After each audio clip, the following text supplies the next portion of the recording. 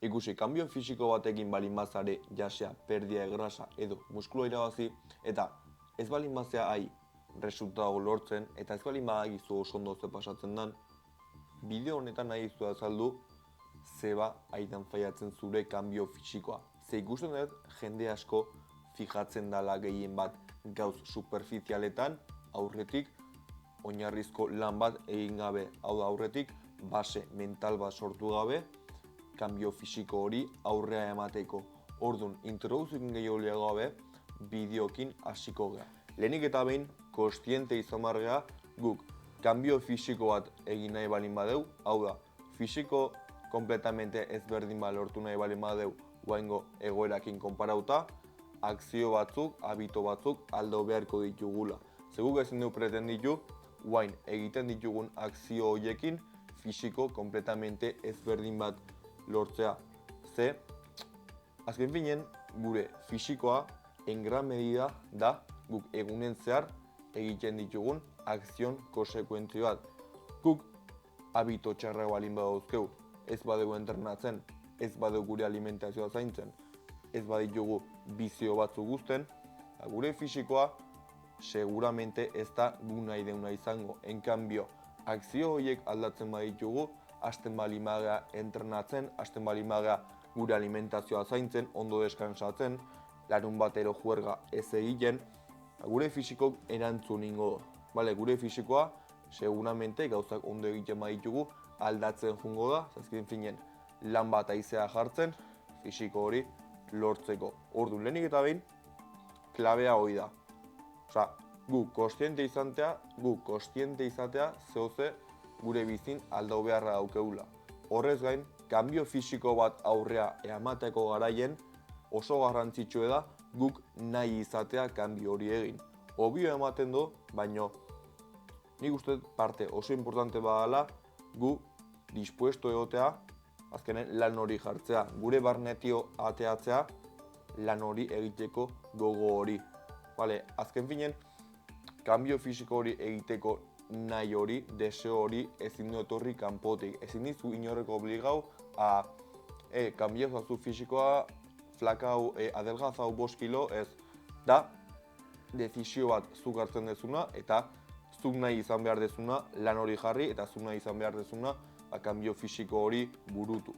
Vale, orduan, bi fazeta hauek oso garrantzitsu. Alde batetik kostiente izatea gure bizin zerbaitek aldo beharra aukela, gure bizin habito batzuk aldo beharko ditugula, eta guk nahi izatea habito horiek aldau, eta ez izatea motivazio externo bat. Vale, zuen burungatio inbar dezuen zerbait izan behar du.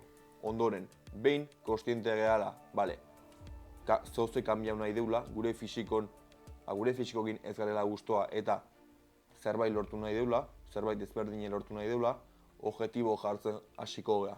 Objektibok bi tipotako izan daizke. Alde batetik, helburu objektibo dienak. Hau da, espliko. Objektibo batzuk, palpable dienak, neurgarrik dienak. Adibidez, pisue galtzeko prozesu baten balin bagare, tipo honetako objektiboa izan daike, hemen dio 6 hilabetea, 10 kilo galtzea. Zatik azkenen, 10 kilo galtzea da, zehoze objektiboa da, zehoze neurgarria da, zehoze ikusi daikeuna, neurtu daikeuna. Beste alde batetik, eukiko ditugu, objektibo transcendentalak edo gehiago daukiena zer ikusie gure personalidadekin eta izaerakin. Hau da, gu kanbio fisiko hori zeba nahi deu lortu. Seguramente ez da bakarrik baskulan numerok geisten ikustea datio, edo estetikamente abdominalak eukitzea datio. Izango da baita, gure burukin hobeto nahi deulako sentitu, pertsona hobea izan nahi deulako, edo beste, azkenen bakoitzea duzken arrazoi hoiegatio. Orduan, bi objektibo printzipal hauek jartzea, klabe. Ondoren baita, diferentzia beharko ditugu, helburuk epe motzen eta helburuk epe luzen. Helburuk epe luzen izango die helburu haundik. Igual, hemen dio, hilabete askota edo urte batzuta lortu nahi deuna. Lehen esan dutena, adibidez, hemen dio 5 hilabetea 10 kilo galtzea.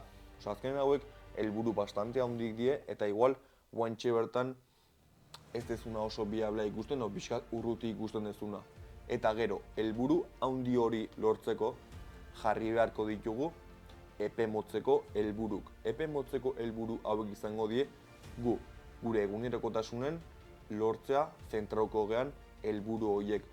Adibidez izan daizke pisue galtzeko prozesu baten, hasten 0,5 edo kilo bat arten galtzea.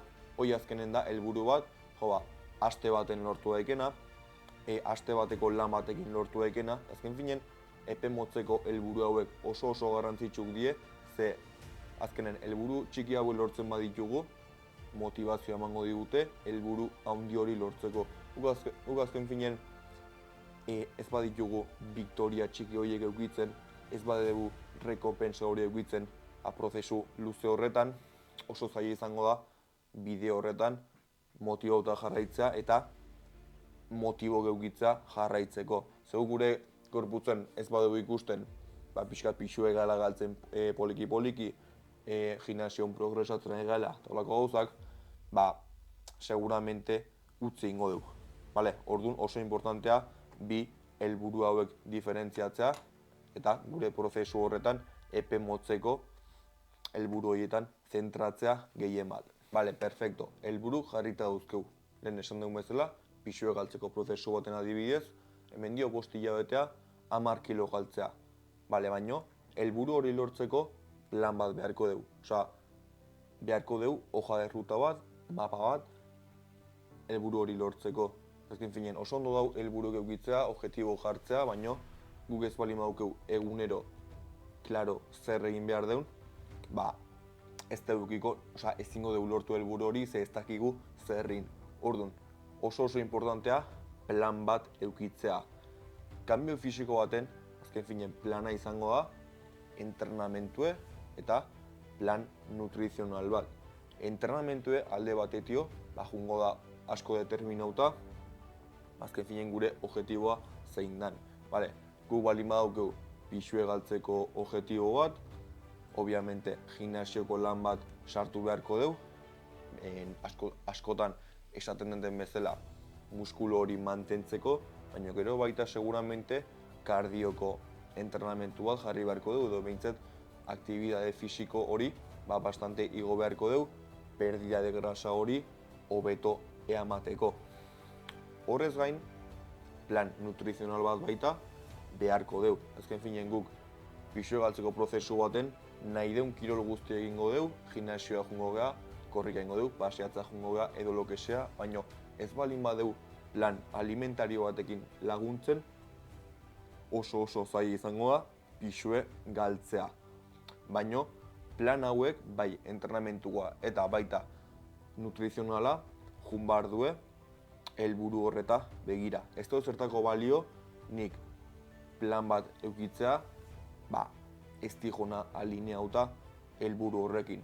Ez dut zertako balio, nik Instagrameko rutina bat kopiatzea, Instagrameko dieta bat hartzea, ez balin bada nire kontekstua adekuatzen.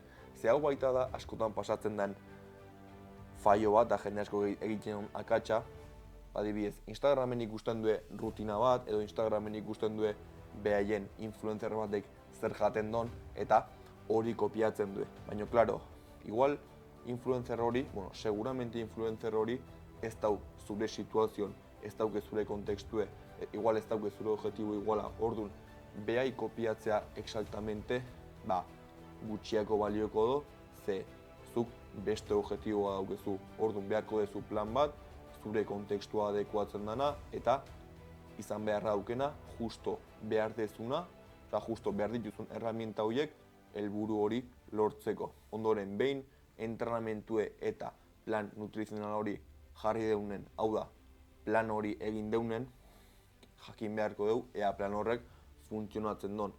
Eta hemen importantea da, plan horren feedbacka azkar jasotzea.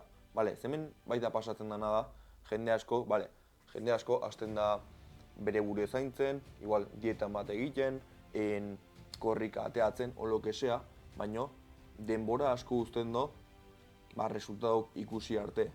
Eta hemen oso importantea da, resultadok azkar ikustea. Obviamente, resultado horiek ez di izango resultado handik, baina Victoria txiki horiek azkar behar ditugu motibauta egoteko eta helburu handi hori lortzeko.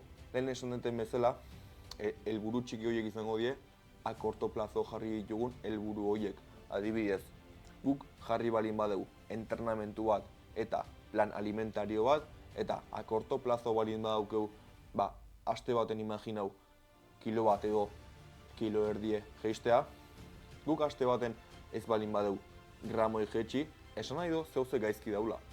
Esan nahi do, alimentu aldetio zeuze ajustau beharko deula, kardioa igo beharko deula, edo behintzat zeuze inbarra daula. Hemen kanbiok azkar dara inbarra eta feedback hori jasotzea alik eta azkar den orduan oso garrantzitsue. Denborak ez galtzeko eta helburu hori, prozesue ez luzatzeko behar dana baino gehiago. Orduan, feedback hori, hau da, retroalimentazio hori oso importantea. Horretako, inbarko deuna da, gure gorputzen argazik atea. Nik rekomendatzen dizuet, hartzea asteko egun bat, zuen gorputzen argazik ateatzeko. Eta hola baita, zuek egunero asteko egun bat jartzen bali zue argazik ateatzeko, hasieran pixkat koinazoa izan daike, baina gero prozesu guztia ikusteko oso ondo dau. Gero baita, hartu beharko dezue egun bat pixatzeko eta medidak hartzeko. Nik 3 gauzak egun igualen egingo nituzke. Pixau, kondizio igualetan, argazik atea eta baita medida korporalak.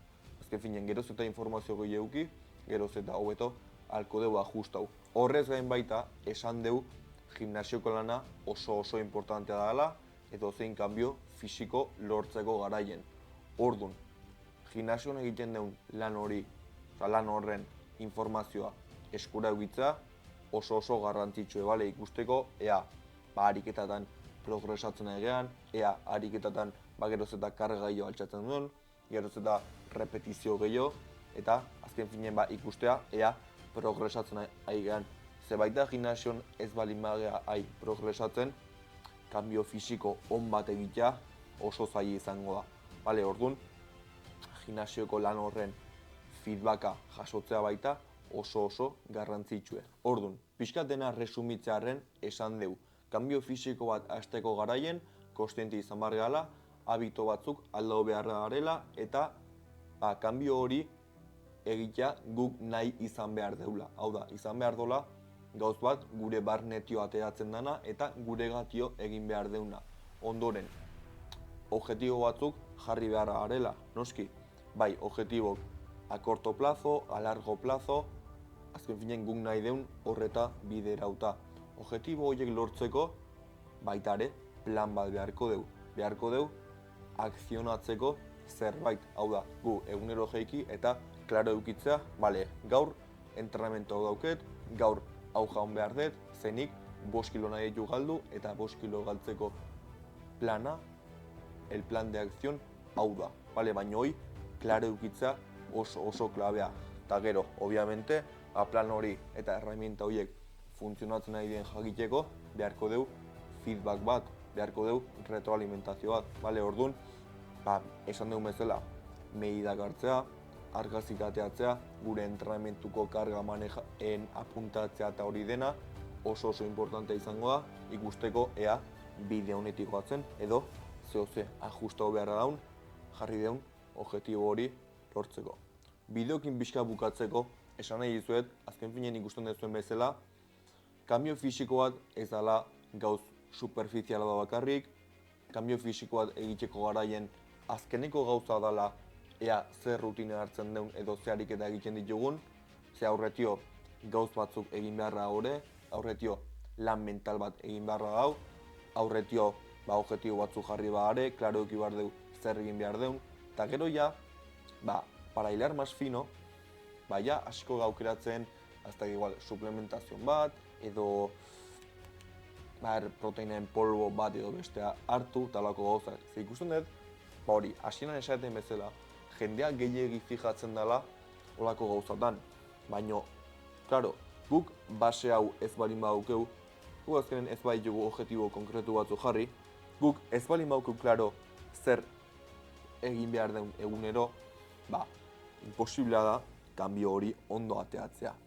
Orduan espero dut bideo honek lagundu izana, zu baldin bazara kanbio fisiko baten, espero dut baita erramintak eman izana kanbio fisiko hori hobeto emateko, zerbait gaizki egiten ari baldin bazinen, zuzendu ahal izateko, eta espero dut kanbio fisiko horrekin baldin bazare, egurre emateko eta konfiatzeko, bale?